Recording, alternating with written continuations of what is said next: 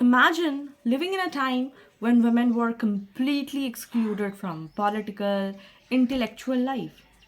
And J.S. Mill, a radical 19th century philosopher, challenged this inequality head on. So, hey, all the future assistant professor, today we are going to explore his life, his groundbreaking work on liberty, on his passionate argument for women's rights, especially in his famous essay, The Subjection of Women. So without any further delay, let's get started. First thing that we'll go for the biography because it is very important. So J.S. Mill born in 1806 and in England. Okay, so if we'll talk about the year 1806 and he died in 1873, very important. Okay, now he was a feminist critic. His father name was James Mill and he was a very strict education system. If you talk about the child prodigy, he learned Greek at the age of 3, like literally. So it is a very big achievement for that. Now, if you talk about the profession, he was a philosopher, economist, and social reformer. So make sure that you should know that he was an economist, and that is why he was knowing what was the power of pen, and that is why he start bridging the gap between man and woman, right? So he understand. Okay, so he was influenced by Jeremy Bentham, that is utilitarianism. What does that mean? It means the total control. You know what it is good. When if your actions are promoting happiness, if your actions are promoting happiness, it means you're doing great job. But if you're doing the reverse of happiness, your actions are wrong. So Harriet Taylor Mill, his intellectual partner and wife, very important for feminism, we'll be reading in the later chapters. Mill openly credited Harriet for shaping his feminist ideas. Now, we'll be talking about the most important work. Okay, so if you talk about the most important work for your PYQs, the first work is The Subjection of Women. Again, very important, very, very important. Every year we find a lot of PYQs from particular this section. And then On Liberty, it was published in 1859. Again, very important, and he has talked about that subjection and the importance and the greatest amount of happiness to most people are happy because of the utilitarianism. Okay, then questions mostly, if you'll talk about the question, mostly comes from the subjection of women, so you have to read this in detail. Okay, now we'll be talking about the core concepts. What are the core concepts? The very first concept we will be talking about the gender equality. He has talked about the gender equality against patriarchy. Mill argued that women are not naturally inferior, but what makes that? Society makes them inferior, right? Women are not naturally inferior, but who makes them? Society. So subordination of women is not natural, but it is more of social, or you can say society for to be exact. Now, if you talk about the social conditioning, women behave soft or emotional because society trains them that way. The idea later influenced modern feminism and even Simone de Beauvoir. So why is the social conditioning of women has been made like that? Because if she won't be soft and she won't be emotional, the men gets hurt. It's called ego.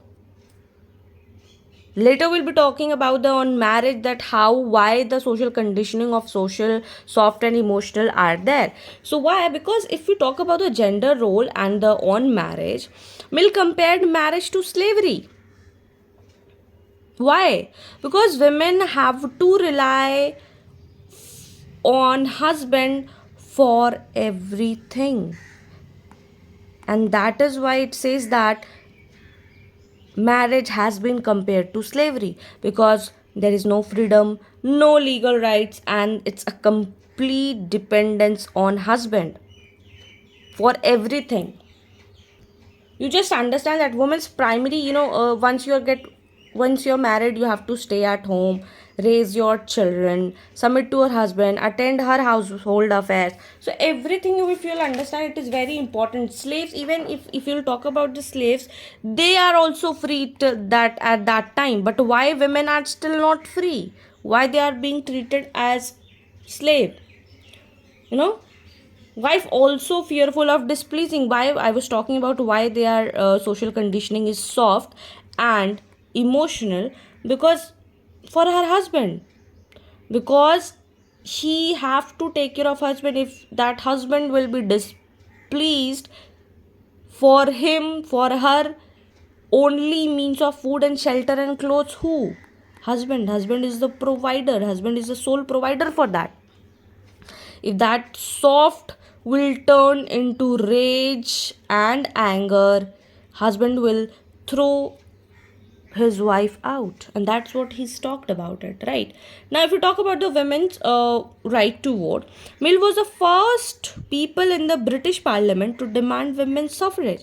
He literally fought for women's voting rights in the 18s, said that if women should get freed from his bondage, it can only be done through what? It can only be done through better education, so that she can take care of everything, including herself, and she should be socially empowered. And how can a woman be socially empowered? If she have the right to vote, right? Then utilitarian feminism, what is that? That's the greatest happiness of the greatest number. So Mill said that society can never progress if the half of the population, and half of the population who? Women, is suppressed. If your women is suppressed, you can never go for the progress, right? Now we'll be talking about the subjection of the woman in detail. In this textbook, the backbone of his feminine thought can be seen. His main arguments are the women's inequality is man-made and not natural, that we have discussed. Society's fears women's independence. If women will be independent, there will be no marriages, because marriages is somehow is a dependency on that particular person for everything, for your all needs.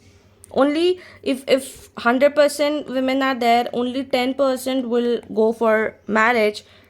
That probably will be love marriage, not arranged one. And that what he says, that's completely my it's my POV. Okay.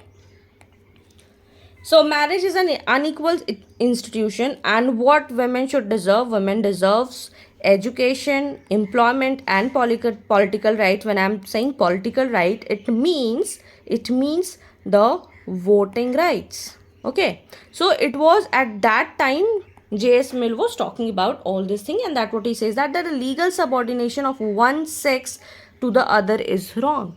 You cannot be subjugated to other sex for your pleasing thing.